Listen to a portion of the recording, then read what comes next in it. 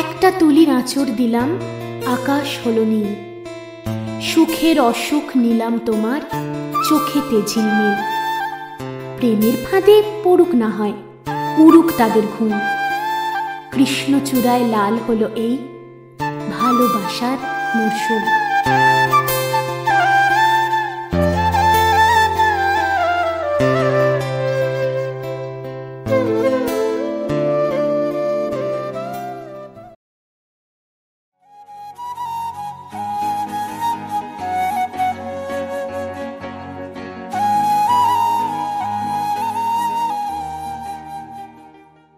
ভালোবাসার মরশুমে আজকের গল্প ভালোবাসার মাসি।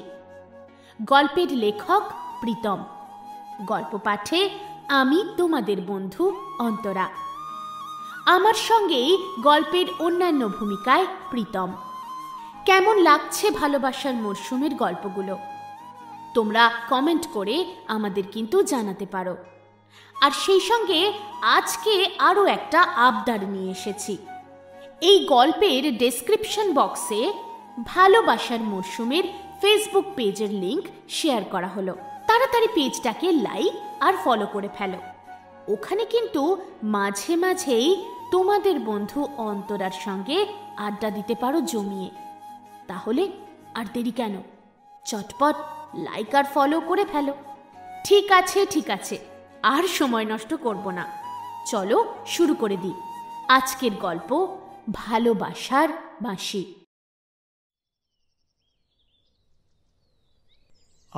লাহামণি, তুমি যদি আর একবারও ঘ্যান ঘ্যান করো এই নিয়ে, তাহলে কিন্তু আমি তোমাকে এখানেই ফেলে রেখে চলে যাব। তোমাকে না আমি কতবার বলেছিলাম এমন কথাবার্তা রাস্তাঘাটে কারোর সাথে বলতে নেই? কবে শিখবে তুমি সেসব? তুই রাগ করছিস কেনে ছোট বাবু? মু তোকে লজ্জায় ফেলে দিলাম লয়, মুকে পাহাড়টতে একলা ফেলে যাবিকলাই তো বল। কারেক্ট। হচ্ছে না, একদম হচ্ছে না তিয়াশা। কোনো রকম কোনো ইমোশন তোমার ফেশিয়াল এক্সপ্রেশনে বোঝাই যাচ্ছে না। জাস্ট মনে হচ্ছে তুমি শুধু মুখস্থ করা ডায়লগ বলছো। হোয়াটস রং উইথ ইউ? লাইট ডান দিকটা একটু দেখে নাও। সাউন্ড ঠিক আছে তো? আরেকবার টেক নেব। Camera ready. মনের কাছে তুই, সিন 139, টেক 2, অ্যাকশন। লাহামণি, তুমি যদি আর একবারও ঘ্যান ঘ্যান করো এই নিয়ে, তাহলে কিন্তু আমি তোমাকে এখানেই ফেলে রেখে চলে যাব। তোমাকে না আমি কতবার বলেছিলাম এমন কথাবার্তা রাস্তাঘাটে কারোর সাথে বলতে নেই? কবে শিখবে তুমি সেসব? তুই রাগ করছিস কেনে ছোট বাবু? মু তোকে লজ্জায় ফেলে দিলাম লয়, মুকে পাহাড়টতে একলা ফেলে যাবিকলাই তো বল। কারেক্ট। তিয়াশা, তোমার সমস্যাটা কোথায়? তোমার ডায়লগের মধ্যে জাস্ট কোনো ইমোশন কিন্তু পাচ্ছি না। এভাবে শুধু শুধু সময় নষ্ট হচ্ছে। দেখো, আর একটু পরে সানলাইট যদি চলে যায় আর ভিউ পয়েন্টের ওই ব্যাকগ্রাউন্ড থেকে কাঞ্চনজঙ্ঘাটা যদি ইনভিজিবল হয়ে যায়, তাহলে কিন্তু আমরা সিনটা জাস্ট এস্টাবলিশ করতে পারবো না। এতগুলো এনজি করে শুধু শুধু সময় নষ্ট করো না তিয়াশা। সরি দীপ্তদা, হচ্ছে না। আমি কিছুতেই পারছি না বললেই সব কিছু সমাধান হয়ে যায় না তিয়াশা। তুমি কিন্তু কোনো নবাগতা নাও। এই মুহূর্তে বাংলা টেলিভিশনের নামকরা অভিনেত্রী তুমি। এভাবে গিভ আপ করাটা মোটেই প্রফেশনাল কাজ নয়। তোমার থেকে এরকম একটা ইরেসপন্সিবল আচরণ মোটেই কেউ এক্সপেক্ট করছে না। ট্রাই টু আন্ডারস্ট্যান্ড দীপ্তদা। আজ আমার খুব লো ফিল হচ্ছে। আজকে আমি কোনোভাবেই কনসেন্ট্রেট করতে পারছি না। মানছি আমার এটা পার্সোনাল প্রবলেম, কিন্তু কি? তুমি কি ভুলে যাচ্ছ যে তুমি একজন অভিনেত্রী? যে কোনো রকম পরিস্থিতিতে তুমি একজন পারফর্মিং আর্টিস্ট তিয়াশা। তোমার দুঃখ কষ্ট যাই থাকুক না কেন, ক্যামেরার সামনে সেটা ফুটিয়ে তোলা যাবে না, জাস্ট যাবে না। শুধুমাত্র স্ক্রিপ্টের প্রয়োজনে যেটুকু ইমোশন দরকার, ক্যামেরাকে কিন্তু তোমায় সেটাই দিতে হবে। সেটাই একজন দক্ষ অভিনেতার কাজ। ঠিক আছে, লাস্ট টেক। ক্যামেরা রেডি, যাচ্ছি। মনের কাছে তুই, সিন 139, টেক 3। লাহামণি, তুমি যদি আর একবারও ঘ্যান ঘ্যান করো এই নিয়ে, তাহলে কিন্তু আমি তোমাকে এখানেই ফেলে রেখে চলে যাব। তোমাকে না আমি কতবার বলেছিলাম এমন কথাবার্তা রাস্তাঘাটে কারোর সাথে বলতে নেই। কবে শিখবে তুমি সেসব? তুই রাগ করছিস কেন ছোট বাবু? মুতুকে লজ্জায় ফেলে দিলাম লয়। মুখে পাহাড়টোতে একলা ফেলে যাবিকলাই তো বল। Well done, light off, pack up for now. Lunch শেষ হলো। এতক্ষণে তো নিশ্চয়ই সবাই বুঝতেই পেরে গেছেন আজকের গল্প যাকে নিয়ে, তিনি শুধু এই গল্পের নায়িকাই নন, তিনি বাংলা টেলিভিশনের এই মুহূর্তের সবথেকে জনপ্রিয় নায়িকা তিয়াশা সেন। এই মুহূর্তে মনের কাছে তুই সবথেকে হাই টিআরপির ডেলি শো, আর তাতেই লিড ক্যারেক্টারে অভিনয় করছে তিয়াশা। এই মুহূর্তে শুটিং চলছে দার্জিলিংয়ে। আউটডোর শুটিংয়ের আগে তিয়াশা ঠিক যতটা এক্সাইটেড ছিল, আজ ঠিক ততটাই মুষড়ে রয়েছে। কারণটা অবশ্য তিয়াশার ব্যক্তিগত সম্পর্ক। গত 10 দিন ধরেই সিরিয়ালের গোটা টিম রয়েছে দার্জিলিংয়ের ফার্ম হাউসটাতে, আর নায়িকা হওয়ার সুবাদে তিয়াশার রুমটা সব থেকে সুন্দর, আর সমস্ত স্পেশাল অ্যারেঞ্জমেন্টও রয়েছে সেখানে। গতকাল একটানা শুটিং, তারপর বিকেলবেলা বেশ টায়ার্ড হয়ে বিছানায় গা এলিয়ে দিয়েছিল তিয়াশা, আর টিভির রিমোটটা অন করে সোজা চোখ রেখেছিল নিউজ চ্যানেলে। হঠাৎ করেই ব্রেকিং নিউজ চোখে পড়ল ওর। আজ সংসদের বাজেট অধিবেশনের বিশেষ বিশেষ খবরে চোখ রাখবো, তবে তার আগে দেখে নেব বিনোদন জগতের সব থেকে বড় খবর। বাংলা টেলিভিশনের সুপারস্টার নীলাঞ্জন চ্যাটার্জি চুপি সারে বিয়ে সারলেন তার দীর্ঘদিনের বান্ধবী অভিনেত্রী সংদীপ্তার সাথে। সেই ছবিই আপনারা এখন দেখতে পাচ্ছেন এক্সক্লুসিভ আমাদের চ্যানেলের স্ক্রিনে। যদিও দুজনকেই এর আগে বেশ কয়েকবার বিভিন্ন জায়গায় একসাথে ক্যামেরাবন্দি হতে দেখলেও কেউই তাদের সম্পর্কের ব্যাপারে স্বীকৃতি দেননি, বরং নীলাঞ্জনের সাথে বারবার নাম জড়িয়েছে এই মুহূর্তের বাংলা টেলিভিশনের জনপ্রিয় অভিনেত্রী তিয়াশা সেনের। যদিও এ ব্যাপারে নীলাঞ্জনকে যোগাযোগ করার চেষ্টা করা হলেও কোনো রকম উত্তর পাওয়া যায়নি নীলাঞ্জনের তরফ থেকে। মিডিয়ার কোনো রকম ফোন তিনি রিসিভ করেননি সারাদিন। অন্যদিকে তিয়াশা সেনের ফোনও আমরা সুইচ অফ পেয়েছি। তবে এই মুহূর্তে আপনারা দেখছেন টিভির পর্দায় তাদের বিয়ের ঘরোয়া অনুষ্ঠানের ছবি, যা এই মুহূর্তে ভাইরাল হয়েছে ইন্টারনেট সহ সমস্ত জায়গায়। চোখ রাখবো পরবর্তী খবরে। এক মুহূর্তের জন্য নিজেকে বিশ্বাস করতে পারছিল না তিয়াশা। খবরটা সত্যি দেখছেও নাকি শুধুমাত্র মিডিয়া গসিপ? না, আর টিভির স্ক্রিনটা সহ্য হচ্ছিল না তিয়াশার। ঝটপট অফ করে কোয়াড সেটের উপরেই গলিয়ে নিল লং জ্যাকেট। তারপর হালকা ব্রাউনিশ লার্জ সাইজ শেডস চোখে দিয়ে নিজের রুম থেকে বেরিয়ে এসে গার্ডেন এরিয়াতে আসতেই দেখল ইউনিটের প্রায় প্রত্যেকেই এদিক ওদিক ছড়িয়ে ছিটিয়ে নিজেদের মতো কিছু একটা বিষয় নিয়ে আলোচনায় মেতেছে।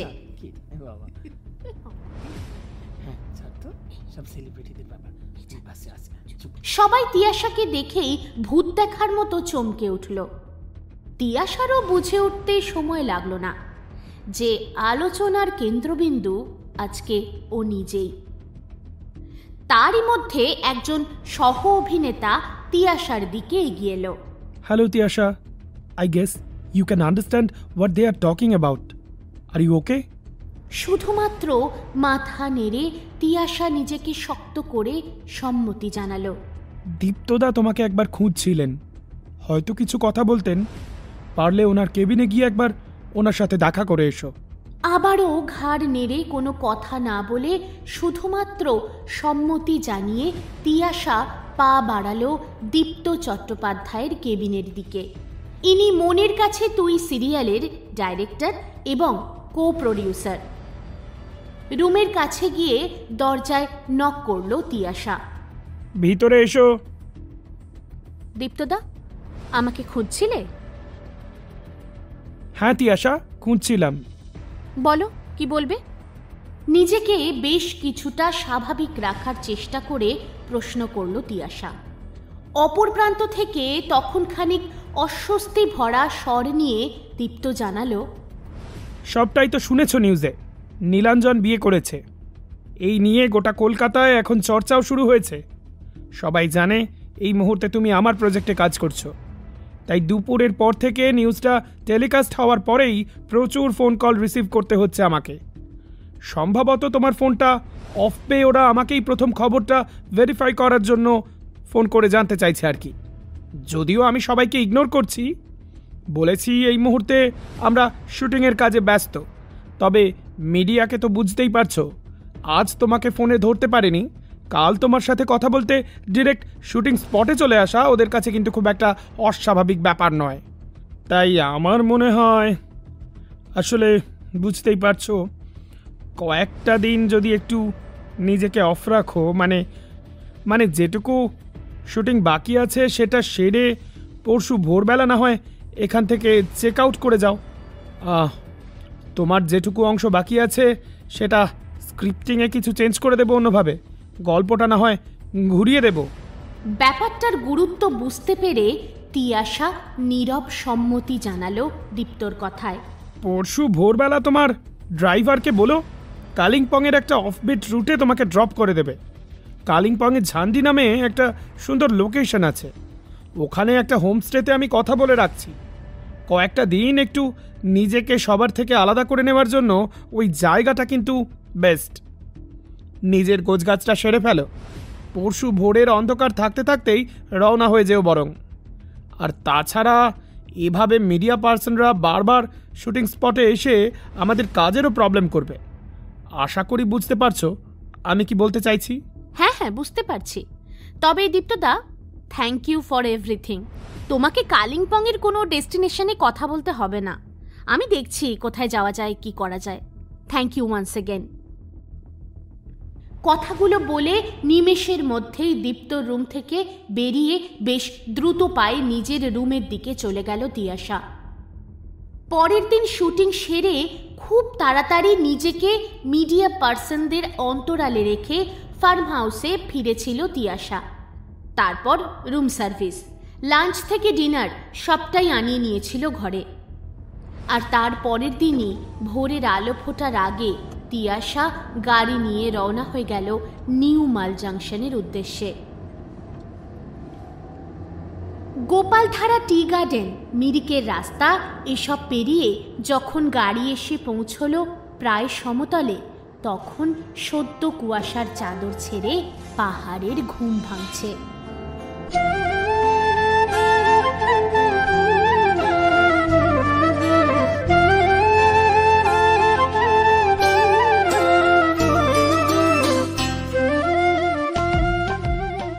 সেবক ব্রিজ, তিস্তা নদী পেরিয়ে গাড়ি এখন চলেছে ঝালংয়ের দিকে। তিয়াশার নির্দেশ মতোই গাড়ি প্রায় 3-3.5 ঘন্টা টানা জার্নি করে এসে পৌঁছল রকি আইল্যান্ডের ছোট্ট একটা পাহাড়ি ঝর্ণার ধারে একটা হোমস্টের সামনে। ছোটবেলার বন্ধু তীর্থ হোটেল ম্যানেজমেন্ট পড়ার পর শিলিগুড়ি থেকে এখানে শিফট করেছে। নিজের হাতেই যত্ন করে সাজিয়েছে এই হোমস্টে শিশির বিন্দু। শুধু তাই নয়, গোটা হোমস্টেটাতে চারিদিকে ছড়িয়ে ছিটিয়ে গড়ে তুলেছে বাঙালিয়ানা। বিভিন্ন দেশ, বিভিন্ন রাজ্য থেকে অতিথিরা থাকতে আসেন এখানে। তাদের জন্য নিজে হাতে বিভিন্ন রকম বাঙালি খাবার বানিয়ে খাওয়ায় তীর্থ। তাই এই পাহাড়ের কোলে ভুটান এবং নেপালের মানুষজনদের সমাগম থাকলেও তার মাঝখানে অসম্ভব যত্নেই তীর্থ সাজিয়ে রেখেছে বাঙালি হোমস্টে শিশির বিন্দুকে। সাধারণত জানুয়ারি মাসে প্রচুর টুরিস্ট ঘুরতে আসার জন্য হোমস্টেগুলো ফাঁকা পাওয়া যায় না, কিন্তু তাও তীর্থকে ফোন করে সমস্ত কথা জানাতেই তীর্থ তিয়াশার জন্য নিরিবিলিতে তার হোমস্টের ছাদের শেষ প্রান্তের ঘরটা বেশ যত্ন করেই সাজিয়ে রেখেছে। এমনকি যাতে তাকে সেলিব্রিটি হিসেবে চিনে ফেলে কোনো ট্যুরিস্ট বিরক্ত না করে, তার জন্য ছাদের এক কিনারায় ফায়ার প্লেস থেকে শুরু করে ঘরের মধ্যে যাবতীয় তিয়াশার পছন্দের বইপত্র, এমনকি মিউজিক সিস্টেমটা পর্যন্ত অ্যারেঞ্জ করে রেখেছে এক রাতের নোটিসে। গাড়ি থামতেই হোমস্টের কেয়ারটেকার সাইমন এগিয়ে এলো নাম না জানা পাহাড়ি একগোছা ফুল আর উত্তরীয় নিয়ে। সমস্ত লাগেজ পৌঁছে দেবার ব্যবস্থা হলো তিয়াশার জন্য ঠিক করে রাখা ঘরটায়।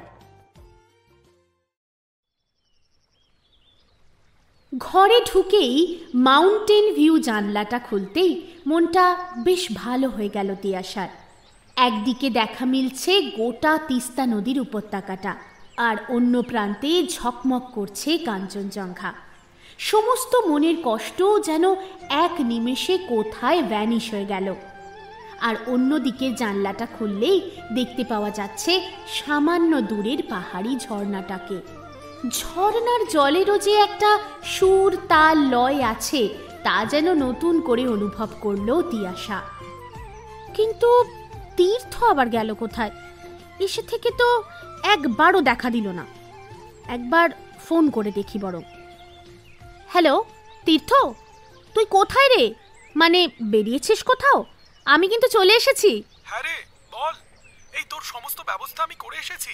প্লিজ কিছু মনে করিস না, একটা জরুরি কাজে আমার আর একটা হোমস্টে সামালবঙ্গে চলে আসতে হলো রে। হয়তো আগামী 2-1 দিন এখানেই থাকতে হবে, কিন্তু তুই চিন্তা করিস না, তোর সমস্ত ব্যবস্থা রিসেপশনে সাইমনকে বুঝিয়ে এসেছি। তোর কোনো অসুবিধা হবে না ওখানে, যতদিন খুশি থাক। আর হ্যাঁ শোন, আমার দাদা মানে আমার মামার ছেলে ও আজকেই শিলিগুড়ি থেকে আসছে। যদি কোনো সমস্যায় পড়িস তাহলে সাইমনকে বলিস, দাদা সবটা সামলে নেবে। বেশ, রাখছি তাহলে।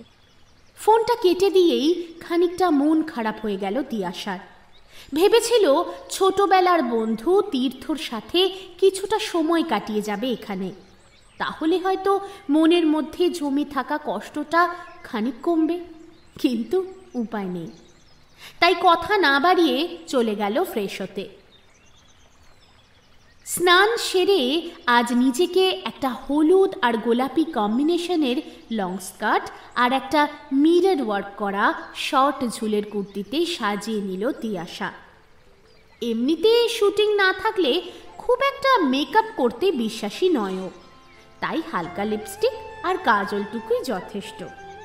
আর তাছাড়াও গত পরশু থেকেই যেন বুকের ভেতরে এক অদৃশ্য পাথর চাপা দিয়ে রেখেছে কেউ। গলার কাছটা কিরকম যেন দলা পাকিয়ে আসছে, তাই খুব একটা সাজগোজ করতে মন চাইল না। কিছুক্ষণের মধ্যেই নিজেকে চটপট তৈরি করে ঘরের লাগোয়া এক চিলতে খোলা বারান্দাটার সামনে এসে দাঁড়ালো তিয়াশা। কি সুন্দর অর্কিড ঝুলিয়ে রেখেছে গোটা বারান্দাময়। চটপট কয়েকটা সেলফি তুলে নিল, ভাবলো ইনস্টাগ্রামে পোস্ট করবে। কিন্তু তারপরেই বুঝতে পারলো যে এক্ষুনি নেট নাগরিকদের কমেন্টের ঝড় বইবে। সেখানে অবশ্য অনেক অস্বস্তিকর কমেন্টও থাকবে, বিশেষ করে নীলাঞ্জনকে কেন্দ্র করে। তাই আবারও মনের মধ্যে সেই একটা অজানা চাপা ঝড় উঠতে শুরু করলো। ডিলিট করে দিল সেলফিগুলো। হোমস্টের এই 3 তলার বারান্দা থেকে হঠাৎ করে চোখ পড়ল পাহাড়ি ঝর্ণাটার ঠিক পাশেই একটা বড় পাথরের কাছে। কি অদ্ভুত অথচ কি মিষ্টি একটা সুর ভেসে আসছে। ব্যাপারটা বুঝে উঠতে খুব একটা দেরি হলো না তিয়াশার। কেউ একজন ওই পাথরের উপরে বসে বাঁশি বাজাচ্ছে। যত দূর চোখ যাচ্ছে এক একটা স্তরে স্তরে রয়েছে নানান রঙের পাহাড়, আর তার ঠিক মধ্যিখানে সুদূর বিস্তৃত তিস্তা বয়ে চলেছে তার আপন খেয়ালে। আর এই পাহাড়ি ঝর্ণার জল বোধহয় ওই বাঁশির সুরেই নিজেকে ভাসিয়ে নিয়ে চলেছে তিস্তার বুকে ঝাঁপ দিতে। মেঘলা হয়ে আসছে। পাহাড় মানেই তো মেঘ আর রোদ্দুরের খেলা। একবারের জন্য তিয়াশার মনে হলো ও যদি তিস্তা হতো। ঘড়ির কাঁটা প্রায় সকাল 11টা ছুঁই ছুঁই। সাইমনের গলার আওয়াজে সম্বিত ফিরল তিয়াশার। ম্যাডাম জি, আপনার চা। হ্যাঁ হ্যাঁ, ওই ওখানে রেখে দাও। লাঞ্চ কখন নেবেন? ঘন্টা 2 বাদে একটু বেরোবো। আচ্ছা সাইমন, আমাকে বলতে পারবে ওই ঝর্ণাটার রাস্তাটা কোন দিকে? জি ম্যাডাম জি, আপনি আমাদের ওই হোমস্টের পিছনের সিঁড়ি দিয়ে নেমে ওই রাস্তাটায় হাঁটলেই পৌঁছে যাবেন। সাইমন পথ নির্দেশ দিয়ে দরজা বন্ধ করে চলে গেল। গরম ধোঁয়া ওঠা চায়ের কাপটা নিমেষে শেষ করে তিয়াশা পা বাড়ালো ঝর্ণার রাস্তায়। সত্যি কথা বলতে কি, সাইমনের দেওয়া পথ নির্দেশ শুনে নয়, বাঁশির সুরের নির্দেশেই দ্রুত পায়ে তিয়াশা পৌঁছল ঝর্ণার ধারে। একটা রোগা ফর্সা বেশ মিষ্টি মুখের ছেলে চোখ বন্ধ করে এক মনে বাঁশি বাজাচ্ছে। ডেনিম কালারের একটা জিন্স আর হলুদ একটা টি শার্ট, আর তার ওপর একটা জিন্সের জ্যাকেট। একেবারে হিরো সুলভ দেখতে নয়, কিন্তু বড্ড অ্যাট্রাকটিভ লাগছে। চোখ বন্ধ করে বাঁশি বাজাচ্ছে ছেলেটা। পাশেই অবহেলায় পড়ে রয়েছে কাঁধের ঝোলা একটা ব্যাগ, আর সেখান থেকে উঁকি মারছে কয়েকটা ডায়েরি। দেখেই বোঝা যাচ্ছে একেবারে আপন ভোলা শিল্পী মানুষ। ঝর্ণার একটু দূরেই দাঁড় করিয়ে রেখেছে নিজের স্কুটিটা। বাঁশির সুরে নিজেকে হারিয়ে ফেলেছে তিয়াশা। নিজের অজান্তেই উল্টো দিকের বড় পাথরটায় গিয়ে বসে পড়ল তিয়াশা। ঝর্ণার অবাধ্য জলরাশি এলোমেলোভাবে স্পর্শ করে দিয়ে যাচ্ছে ওর পা, আর বাঁশির সুর ঠান্ডা হাওয়ার দাপট লণ্ডভণ্ড করে দিয়ে যাচ্ছে মাথার চুল। মুখের সমস্ত ক্লান্তি, দুঃখ, বিষাদ এক নিমেষে ঢাকা পড়ে যাচ্ছে যেন। চোখ বন্ধ করে এক মনে শুধু ঝর্ণার জলের আওয়াজ আর বাঁশির সুর শুনতে পাচ্ছে তিয়াশা। এক অজানা নেশায় বুঁদ হয়ে যাচ্ছে। ঘোর কাটল বাঁশির আওয়াজটা স্তব্ধ হতেই। হাই, আমি প্রিয়জিৎ। আপনি তো তিয়াশা সেন। তিয়াশা মনে মনে খানিক অস্বস্তি বোধ করল। এই রে, সব কিছু থেকে দূরে যে কারণে ছুটে এলো সেটাই বোধহয় গন্ডগোল হয়ে গেল। এই ছেলেটা তো তাকে চিনে ফেলেছে। ইতস্তত করে উত্তর দিল তিয়াশা, হ্যাঁ, আপনি কিন্তু খুব ভালো বাঁশি বাজাচ্ছিলেন, আমার কিন্তু বেশ ভালো লাগছিল। ওড়নাটা মুখের সামনে পেঁচিয়ে পাথর থেকে এক লাফে কোনো ক্রমে নেমে ছুটে হোমস্টের দিকে পা বাড়াতেই পিছন থেকে প্রিয়জিৎ বলে উঠল, ভয় পাওয়ার কিছু নেই, আমি আপনাকে বিরক্ত করব না। আমি প্রিয়জিৎ দাশগুপ্ত, আপনার বন্ধু। তীর্থ আমার পিস্তুত ভাই হয়। ও আপনাকে স্পেশাল ট্রিটমেন্ট দিতেই আমাকে ডেকে পাঠিয়েছে ম্যাডাম। আশ্বস্ত হলো তিয়াশা। ঘুরে দাঁড়ালো, পায়ে পায়ে এগিয়ে এলো প্রিয়জিতের কাছে। মৃদু স্বরে বলল, আসলে আমি না একটু ঘাবড়ে গিয়েছিলাম।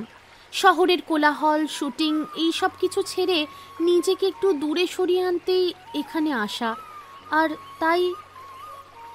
বুঝতে পারছি সব, কোনো সমস্যা নেই। চলুন, লাঞ্চের পর না হয় আপনাকে বিন্দু থেকে ঘুরিয়ে আনা যাক। যাবেন আমার এই ছোট্ট স্কুটিটায় চেপে?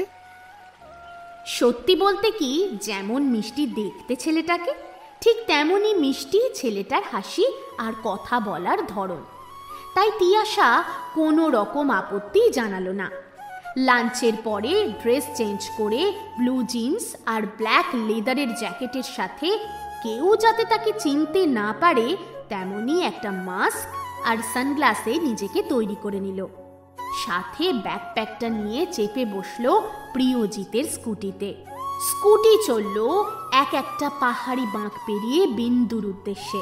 বেশ কিছুটা চলার পর প্রথম দাঁড়ালো ঝালংয়ের কাছে ছোট্ট একটা ক্যাফের সামনে। ঠান্ডা হাওয়ার দাপটটা বেশ বেড়েই চলেছে, তাই একটু গরম ধোঁয়া ওঠা কফি এই মুহূর্তে খানিকটা স্বস্তি দিতে পারে। পাহাড়ের বাঁকে বাঁকে পাইনের জঙ্গলের আলো ছায়ায়, ইউক্যালিপটাসের গন্ধে আর রডোডেনড্রনের হাতছানিতে তিয়াশার সাথে প্রিয়জিতের আলাপচারিতাটাও বেশ জমে উঠেছে। ক্রমশই তিয়াশা জানতে পেরেছে প্রিয়জিৎ আসলে পেশায় চিত্রশিল্পী। আর্ট কলেজ থেকে পাশ করে কলকাতারই একটা অ্যাড এজেন্সিতে চাকরি করছে। বেশিরভাগ ক্ষেত্রেই ওয়ার্ক ফ্রম হোম করতে হয় ওকে। বাঁশি বাজানোটা অবশ্য নেহাতি ওর শখ। যদিও বাংলা টেলিভিশনের ডেইলি সোপে খুব একটা ইন্টারেস্ট নেই ওর, তবে তিয়াশা সেনকে কে না চেনে। কিন্তু তাই বলে প্রিয়জিতের খুব একটা মাতামাতি রয়েছে তিয়াশার এক্সিস্টেন্স নিয়ে তেমনটা একেবারেই নয়। তাই জন্যেই তিয়াশা আরো অনেকটা ফ্রি ফিল করছে। এই নিন ম্যাডাম, চাটা খেয়ে নিন, তারপর আবার যাত্রা শুরু করা যাক নাকি? ছেলেটা তো ভারী মিষ্টি। একবার তাকিয়ে আলতো হাসলো তিয়াশা, মনে মনে ভাবলো যত দূর খুশি যেতে ইচ্ছা করছে তোমার সাথে। দুজনের চোখ একে অন্যের দিকে স্থির হয়ে গেল কিছুক্ষণ। কি জানি চোখে চোখে কি কোনো কথা হলো? ইতস্তত বোধ করে দুজনেই চোখ নামিয়ে নিল। চা খাওয়া শেষ হতেই আবার রওনা দিল বিন্দুর উদ্দেশ্যে। যখন ওরা বিন্দুতে পৌঁছলো তখন প্রায় দুপুর গড়িয়ে বিকেল হয়ে আসছে। বিন্দুর অবাধ্য জলের ধারা ভুটানের মাটি ছুঁয়ে চলে আসছে ইন্ডিয়ার দিকে। স্কুটিটাকে পার্ক করে দুজনে চলে গেল ড্যামের উপরে। তিন দিকে পাহাড় আর মাঝখান থেকে অবাধ্য জলের স্রোত নেমে আসছে হু হু করে। জলের রং আর আকাশের রং মিলে মিশে আকাশী হয়ে গেছে। পাখির চোখের দৃষ্টিতে অনবদ্য সেই দৃশ্য। উপর থেকে এত জলের স্রোত দেখে মাথাটা খানিক ঘুরে গেল তিয়াশার। ভার্টিগো রয়েছে ওর, তাই টাল সামলাতে না পেরে খপ করে ধরে নিল প্রিয়জিতের হাতটা। সত্যি বলতে কি একটা অদ্ভুত আরাম পেয়েছিল সেই মুহূর্তে। প্রিয়জিতের নরম হাত যেন একটা বিশ্বাস জুগিয়েছিল তিয়াশার মনে। অদ্ভুত একটা বিদ্যুৎ খেলে গেল ঠিক সেই মুহূর্তে। ঠিক আছেন তো আপনি? কি হলো হঠাৎ করে, মাথা ঘুরে গেল? আসলে আমার এত উঁচুতে দাঁড়িয়ে নিচের দিকে তাকালে মাথাটা একটু ঘুরে যায়। ব্যাস, আর কিছু বলতে হয়নি। ড্যামের উপরের রাস্তাটা যতক্ষণ দুজনে হেঁটেছিল একসাথে, ততক্ষণ প্রিয়জিৎ একবারের জন্য তিয়াশার হাতটা ছাড়েনি। তিয়াশারও একদম ইচ্ছা করেনি হাতটা ছেড়ে বেরিয়ে আসতে। শুধু ড্যামের উপরেই নয়, ড্যামের নিচে নেমে বিন্দুর ধার ধরে ওই লম্বা রাস্তাটা হেঁটে এসেছে প্রিয়জিতের হাত ধরে। নিজের অজান্তেই কখন যেন ছেলে মানুষই করেছে তিয়াশা। বায়না ধরেছে ভুটানি ব্যাগ, লোকাল চকলেট, পাহাড়ি টুপি, এই সব কিছু কেনার জন্য। আর সত্যি বলতে কি হাসি মুখে সবটা মিটিয়েছে প্রিয়জিৎ। তবে সন্ধে হয়ে আসছে আস্তে আস্তে। পাহাড়ি রাস্তায় চা বাগানের আনাচে কানাচে যখন তখন দেখা মিলতে পারে চিতা বাঘের, তাই রিস্ক নিতে রাজি নয় প্রিয়জিৎ। খানিকটা তাড়াহুড়ো করে হোমস্টের উদ্দেশ্যে রওনা দিল ওরা। সন্ধে নেমে আসছে আর পাহাড় যেন বড্ড মায়াবী হয়ে আসছে। অন্ধকার আস্তে আস্তে ঘন হচ্ছে। একটু ভয় পাচ্ছে তিয়াশা। পিছন থেকে প্রিয়জিৎকে কখন যে আঁকড়ে ধরেছে টেরই পায়নি। স্কুটি থামলো হোমস্টের দরজার ঠিক সামনে এসে। রুমে ফিরে এসে ফ্রেশ হয়ে বারান্দায় গিয়ে দাঁড়াতে দরজায় পড়ল টোকা।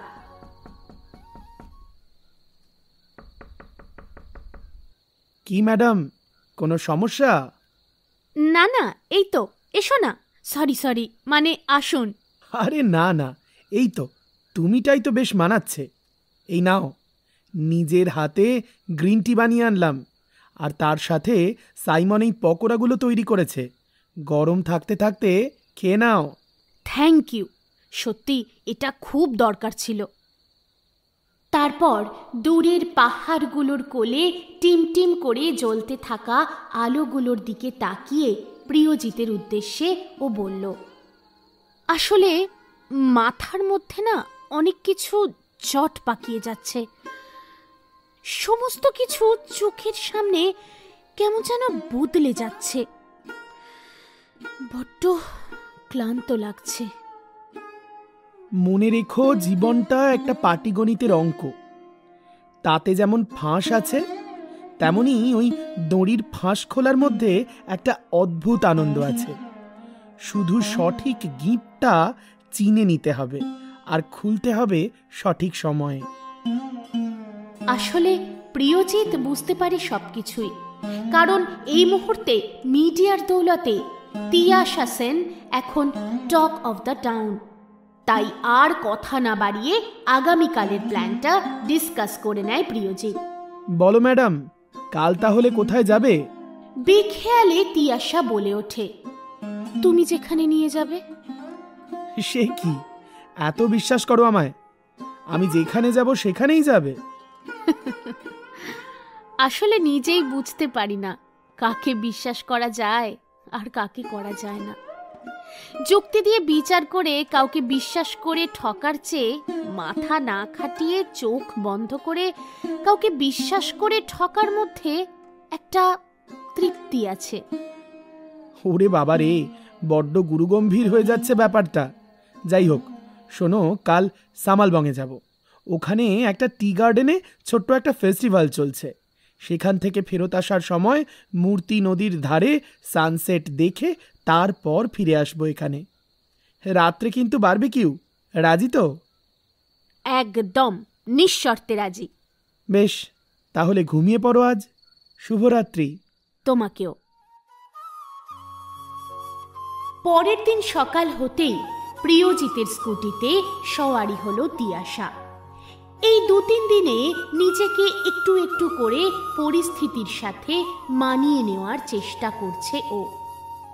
কাল সারাদিন প্রিয়জিতের উপস্থিতিতে সত্যি বলতে কি অনেকটাই মনের ভার হালকা হয়েছে।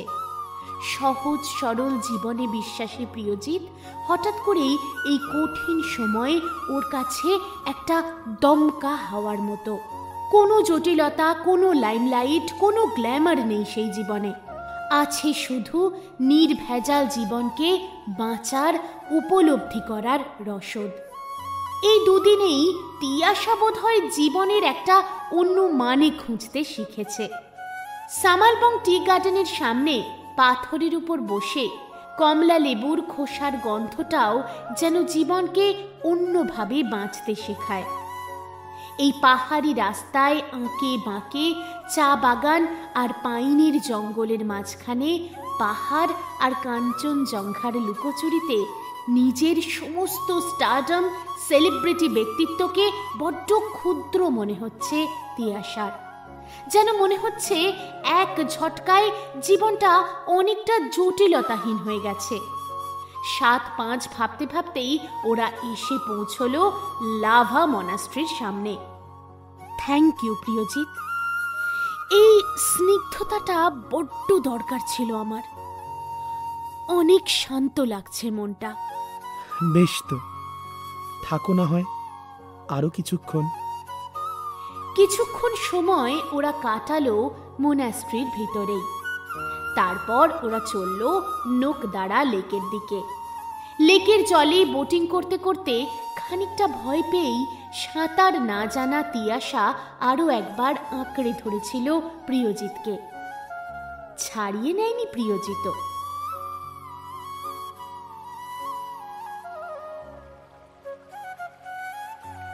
সন্ধ্যা নামার আগেই আজ আবার ওরা ফিরে এলো হোমস্টের সামনে।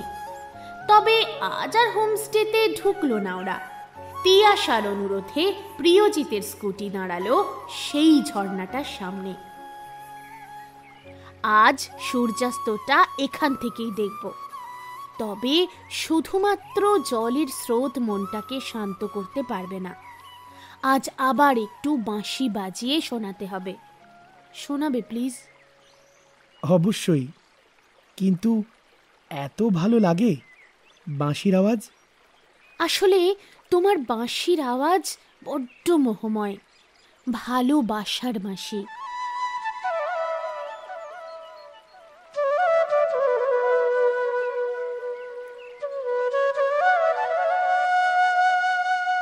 সূর্য আস্তে আস্তে ঢলে পড়ছে পশ্চিমের আকাশে। চারিদিকের অন্ধকার গাঢ় হচ্ছে আরো। ঝর্ণার জলের আওয়াজ যেন আরো তীব্রতর। বাঁশির সুর কোথায় যেন মিলিয়ে যাচ্ছে সব ব্যথাকে পিছনে ফেলে। প্রিয়জিতের কাঁধে নিশ্চিন্তে মাথাটা হেলিয়ে দিতে আজ আর এক মুহূর্ত ভাবল না তিয়াশা। কিন্তু তাদের কি সত্যিই দুটো রাস্তা মিলে যাবে বাঁশির সুরে? কি জানি, সে প্রশ্নের উত্তর না হয় অধরাই থাক।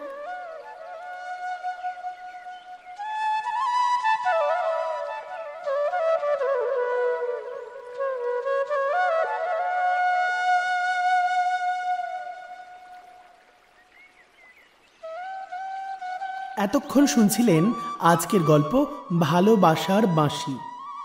চটপট জানিয়ে দিই আগের পর্বের সঠিক উত্তর কারা কারা দিয়েছিলেন। ঋতুপর্ণা মণ্ডল, সুদীপ্তা, হুজ্জাতুল ইসলাম, সিয়াম ইসলাম, সঞ্চারী, শ্রীকান্ত, হাসিবুল রহমান, শেখ হাসান, সমীর, উর্ভি এবং রিয়া বাগ ছাড়াও আরও অনেকেই আগের পর্বের প্রশ্নের সঠিক উত্তর দিয়েছিলেন। আজকের পর্বের শেষেও রইল প্রতিদিনের মতো একটা করে প্রশ্ন। আজকের প্রশ্ন, তীর্থর তৈরি করা হোমস্টের নাম কি ছিল? চটপট সঠিক উত্তর লিখে জানান কমেন্ট বক্সে। আর হ্যাঁ, যদি গল্পটা ভালো লেগে থাকে তাহলে অবশ্যই একটা লাইক এবং কমেন্টের মাধ্যমে কেমন লাগলো সেটা জানাতে কিন্তু ভুলবেন না। আর যদি আপনি আমাদের চ্যানেলে নতুন হন তাহলে অবশ্যই সাবস্ক্রাইব করবেন, সাথে বেল আইকনটা প্রেস করে দেবেন যাতে পরবর্তী গল্প আপলোড করার সাথে সাথে আপনার ফোনে চলে যায় নোটিফিকেশন। আরও একটা অনুরোধ করব আমাদের এই ভালোবাসার মরশুমের এক্সটেন্ডেড পরিবারের কাছে, যারা প্রতি মঙ্গলবার দুপুর ঠিক 3:30 ভালোবাসার মরশুমের নতুন নতুন গল্পগুলোর সঙ্গী হয়ে থাকছো, তারা কিন্তু তাদের পরিচিত পরিজনদের মধ্যে আমাদের চ্যানেলটা শেয়ার করতে ভুলো না। তার কারণ আমরা যত মানুষের কাছাকাছি পৌঁছতে পারবো তত নতুন নতুন গল্প আমাদের পরিবেশন করার আগ্রহ বাড়বে। তাহলে ভালো থেকো সবাই, নতুন বছর সবার খুব ভালো কাটুক। দেখা হচ্ছে আগামী মঙ্গলবার ঠিক দুপুর 3:30।